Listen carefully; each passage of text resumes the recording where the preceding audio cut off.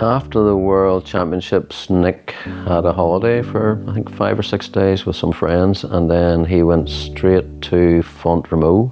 It took me a bit longer to adjust than probably some of the other guys who'd been out there running for a few weeks, and I obviously was not in great shape. So yeah, it was a bit annoying at first. I remember we did our first steady and I was getting dropped by everyone. So obviously first time at altitude, and obviously having to listen to my coach, I kind of just had to drop any sort of ego, drop any preconceived ideas, and just make myself get dropped, listen to the heart rate, listen to the numbers that the testing we've done has given me to do. So I had to just accept that I was in awful shape for a few weeks and just get whatever work I could get done. And yeah, it was good. It was enjoyable to get that first experience at altitude, and I do think I had a good kick on from it coming back. So it was nice to just get out there, get the work done, and get back into some sort of fitness. But yeah, lock back in and kind of get prepared for cross country. Yeah, I think I responded really well to the altitude. We done kind of tests after, and it came back that I was in really good shape, and we went into the national trial pretty confident. When we got back from Font Romeu, Bobby Ray was the first.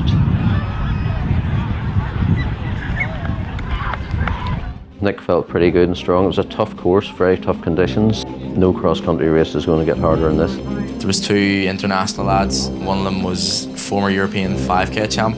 We had a good battle the whole way around. He kind of pulled away in the home straight. So yeah, it was nice to just get out there, get a good hard race in. It's always a tough course. It's muddy, it's hilly. It doesn't really matter what the conditions are. It's always going to be a bit of a slog. So had a nice battle the whole way around. I came home for third, which was a solid run. You can't really overthink Billy Neal too much. It's just a strength builder. You just get in the legs. It obviously pushes you on for the Irish cross and the Europeans. So yeah, it was a solid enough race.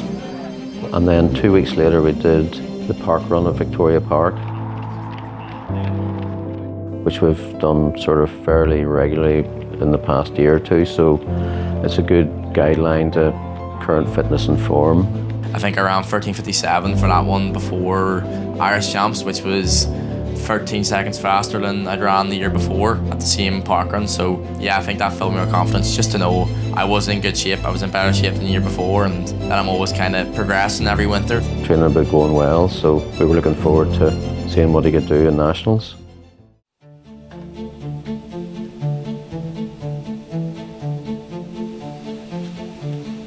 Go time now, start kicking in nothing, you leave the house shoe time. When we got to nationals, the course was one of the muddiest courses I'd ever seen.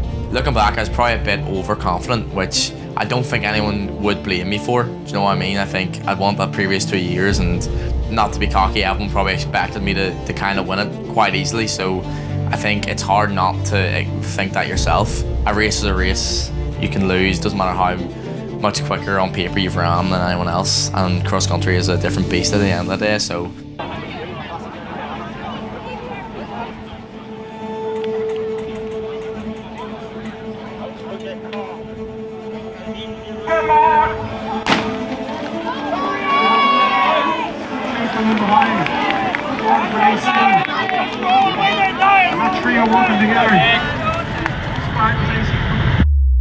I went for my warm-up and I could see him kind of making a gap as he went up the hill. I kind of thought, yeah, he's won it, that's it, done. And then came back from a warm-up, went over to the finishing line to try to congratulate him, and seen someone else wearing a gold medal, and was like, something's went wrong here. Where is he? Has he fallen? Has he been hurt or whatever? And then I started to feel panic. Rang Mark, his coach, and Mark had said he'd fallen and he couldn't get up, so I'd had to go over to, where he was, which was not that far away from there, and he literally wasn't able to get up, and it was a very difficult moment, it really was. Then, of course, he ended up in the medical tent, so everyone was just very concerned about whether he was okay or not. The course was really tough. He felt okay at the start, and then with about 800 metres or a K to go, his legs just went, and he collapsed in the mud. And my big concern was that maybe he'd fallen or twisted his ankle and injured himself. Again, I don't like to make excuses, but I'm not going to make excuses. Probably under fuel going into it unintentionally, because we were staying down in Kilkenny, and and you came down and filmed a wee bit, and we didn't. It was kind of like a B&B, so there wasn't. What was that, B&B? I don't even know. Anyway, there was no breakfast on offer, is what I mean. So technically, it wasn't a B&B. At the park run before, ran well and just had like 2 bits of toast and a coffee. So I thought, you know what, I'll be flying with like 4 slices of toast and a coffee. That obviously probably isn't suffice for a 2 p.m. race, especially because it was delayed as well. So yeah, I think looking back, again, it was good to make that mistake when you're young. I'd rather make that mistake at an Irish under-20 championships when you're 18 rather than an Olympic final when you're 27 or whatever. So it just shows it doesn't matter how good you are, if you're a professional athlete, what you've done in the past. Everyone makes mistakes and you're always learning from those mistakes. So yeah, it was good that I could, I mean, it wasn't good, it was obviously annoying, but I'd rather it happened then than at Europeans a few weeks later, for example. So ended up not finishing the race and well, got beat by everyone, I suppose. Anyone who finished beat me, like, so far from the win anyway. But yeah, it was a bit frustrating, but as I said, I tried to, what can I do about it? You know, it's one of those things, when it happens, it's the end of the world, and you get up and you put your running shoes on the next day and you go out and you do the training. So it wasn't ideal, but it was what it was and had to just get on with it. I accidentally made a move like up the hill with some good ground, and I got like a wee gap on Jonas and Niall and kind of thought, oh, do you know what? Like, hopefully I can just run away from it now. Like, let's just go for it. I've got this now. Let's just extend it. And then I remember running, just being like, I'm actually like cooked here. I was like, I actually feel awful. But I thought, you know what? Must be about 600 left. I'll be fine. I just remember Finn Diver's mum shouting like, "You've got a K to go, under a K now." And I thought, you're taking the piss. I was like, a K? It's like, I could barely run over 200 meters. What do you mean a K? I literally thought I was at the home straight. So I just honestly just tried to hang on as long as I could. And then probably about 400 meters out, there was kind of a big muddy ditch, and I just didn't have the strength to get through it. Don't even really remember. I think I just fell on my knees and just tried to take a step, get up, and just couldn't. Just lay there on the floor, like pasty white, got moved to the side of the course. I just was thinking at this point, like, how have I messed this up? Like, how have I done this? How do you win when you're 16 and 17, and then final year when you should be peaking, you don't win? I just thought, I'm an idiot. I was honestly just in so much pain. I was just like, what has even happened here? Like, how have I done this? So yeah, it wasn't great, but what can you do? Going through my head was, if he can't finish, you know, it must be a really bad course, because, you know, I've seen him dig very deep in sessions and stuff, and I was like, something either went wrong or the course is absolutely disastrous. But it kind of almost worked out well, because I probably went out very conservatively in the end due to that and due to a few other things. But like, it worked out in my favour and people started to blow up and I kind of moved through, and I probably judged it perfectly based around Nick falling, essentially. Callum, he was running the under-23s, which was in conjunction with the seniors. I remember going over to Nick and he was lying on the ground, and with the conditions the way they were, he said to me that Callum has no chance of making that Eurocross team. So I managed to get to Callum at before the start of the race, and I sort of said to him, look, this is going to be tough, you're really going to have to grind it out, but you're in with a chance, you know, everybody's going to find it hard today. So he actually grounded out really, really well, ran a great race, kept his focus and finished second, and got an automatic qualifying spot for European Cross, which was great. Yeah, it probably was a proud moment, because, you know, I had to go through a lot of like adversity that week, just with illness and just with the course being completely different to the way I wanted, you know, to come through that. And I really dug deep on the day, because I knew how much I wanted to be on that Eurocross team. And like, once you get a taste of making Irish teams, you never want to miss the next one. You know, I really dug deep that day to make sure I was going to be on the plane to Belgium. Mark reacted complete and utter shock. He kind of expected nothing from me, especially after Nick's race. Like, it's almost like as the week went on, you know, the chances of me making Eurocross got lower and lower. I think everyone that day in the group was kind of in shock, just based off like my track record in the muck and how I was feeling that week, and a lot of the group hadn't had the results they wanted that day, so it was kind of a silver lining that I had performed and made the team in the final race of the day. I think the fact that I'd kind of won it the last few years and then came second at Europeans the year before, coupled with like the times I ran in the summer winning silver at Euros. In all fairness, if they hadn't selected me, like, I couldn't have had any complaints because I didn't make the selection policy, but that's why discretionary spots exist for situations like that. So yeah, I was obviously like I was pretty confident, like yes, that they'll still select me. But so I was happy whenever I did get the call up that they selected me, and yeah, I was grateful that I could get the opportunity, even though I didn't earn the opportunity on the day. I was grateful that kind of what I'd done in the previous year had earned me that opportunity. Yeah.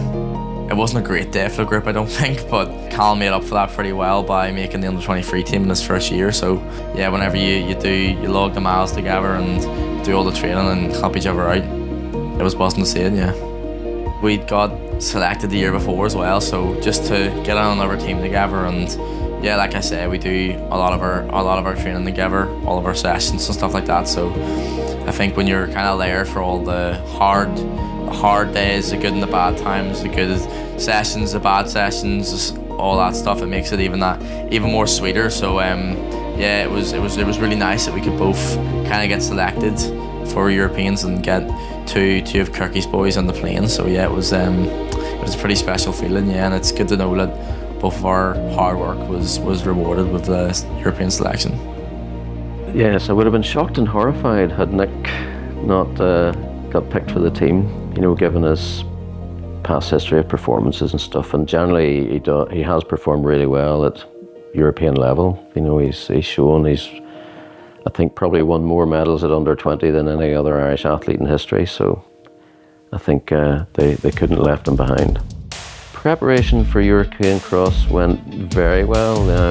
It turned out that the course in Kilkenny, although it was heavily criticised at the time for being too muddy and too hard, that it actually turned out to be the perfect preparation for Eurocross in Belgium, because the course was very, very similar, very, very difficult, and probably worse underfoot in some parts of it than it was in Kilkenny. So from our point of view, I think, and most of the Irish team, the preparation went really well.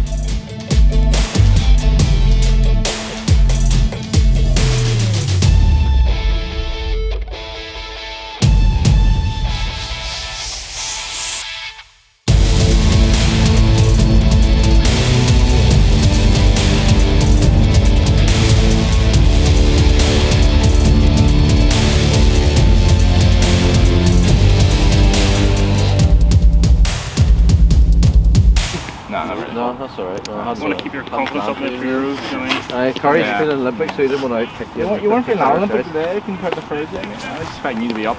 We're jogging around Thursday. We're jogging around there as well, mate. Post-nationals. Post-nationals, true. Last week. I checked that IFM, that Ghent meet. Temperatures are open, so you should stick yourself down for the 3K for that. What, indoor? Yeah. Is there a day night? Going into the Eurocross, we were a little bit concerned that maybe it had knocked his confidence a little bit, but we had a little session with my daughter Katie just after nationals, just to give him some fueling strategies pre-race and things that would maybe help him. And he sort of tried a few things when training and stuff with gels, and it seemed to work well. So going into Eurocross, I wasn't concerned that we'd have the same thing happening. You know, he was well versed on how to fuel himself and how to keep himself hydrated. So I think from that point of view, that was something we were able to put to bed and forget about.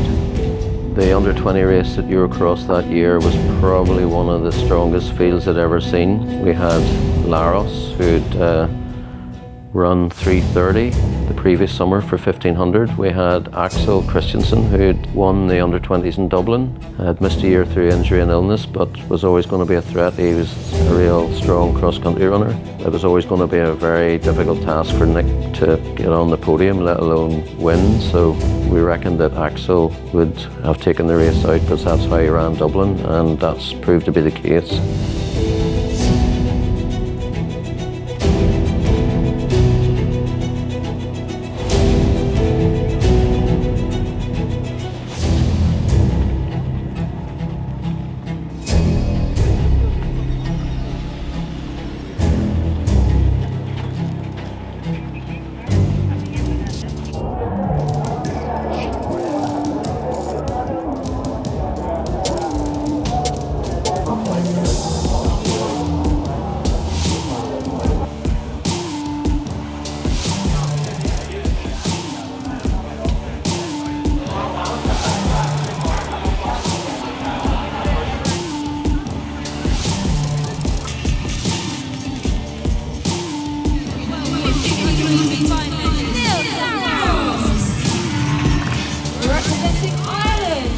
2021 European Under 23,000 metres champion, Nick Griggs.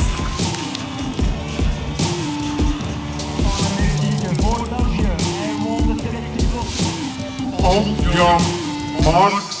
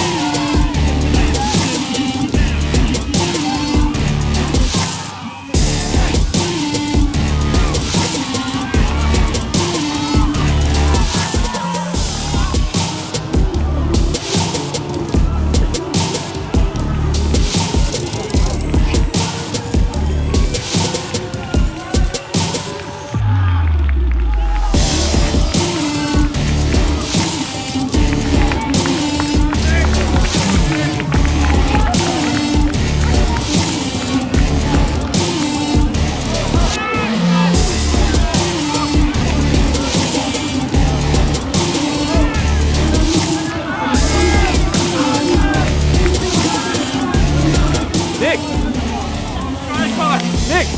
Go back. Fair play, Joey. Go throw that around the shoulders. Take a few steps back there.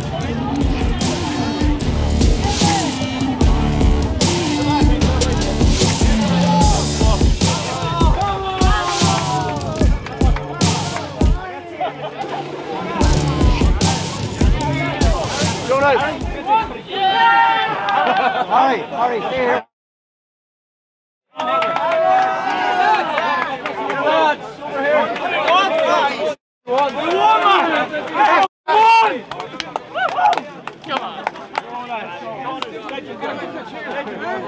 I got that guy European champion. That was the one. That's. Alright, go here. Train. So lads, just stand back. Lads, just stand back.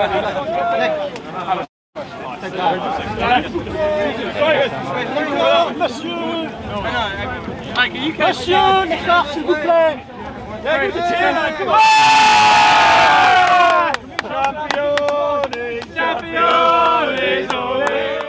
I think after what happened in Nationals, we were delighted that he was able to medal. No, I wasn't nervous, no, you don't get nervous.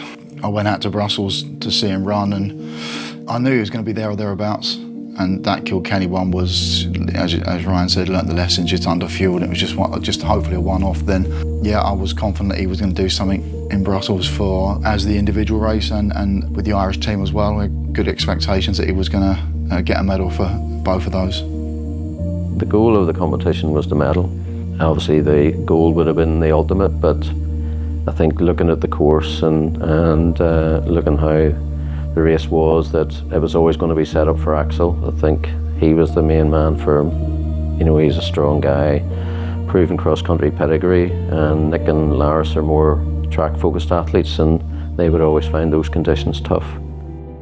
I'm gonna be a bit harsh on myself. It wasn't actually that great of a performance for me. Like, I just think it was a decent performance. Especially, I think I was more happy to just bounce back after the Irish Championships, and I think I proved to myself that it doesn't matter what the conditions are. Like, I can go and I can leave it all out there, and it doesn't matter if it doesn't have to be a flat, dry course. You know, it can be a muddy, twisty, turny, technical course, and I can still go out and put in a solid performance. So there's probably a few demons from Nationals in the last lap whenever it started to get really tough, and I started to think, oh, I don't know if I can do this, but I just dug really deep for a few hundred meters, and then came down into the home straight, and unfortunately Niels and Axel were pretty gone at that point, but yeah, I just hung on and kind of got to enjoy the home straight because I knew there was a huge gap back to fourth, so I kind of got to look around, realise no one was near me, and got to enjoy the bronze medal. Well,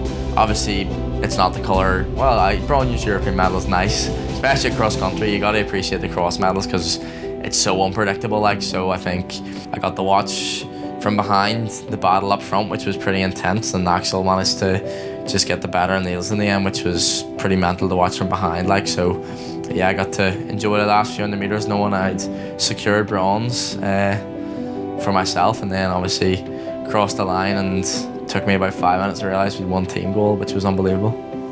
It was scenes, like it was absolute scenes. It's not often Ireland win team gold at a European Championships. Obviously, we've been sported in the last few years with quite a few medals, and the under-23 boys won in Dublin, which was a historic moment because it was on home turf and stuff like that. And then it isn't often you get to top the podium and see the tricolour and hear the national anthem play. So it was unbelievable. There's many of pretty iconic clips. You captured a few, and yeah, it was just unbelievable. I think when we actually realised we were all just buzzing, and it just makes it so much more special, especially the end of the race. We're all covered in mud, we've all given it our all, and it was all worth it to secure that team gold. So yeah, it was, you gotta appreciate those moments because they don't come around too often, like, so just lost for words, to be honest. Yeah.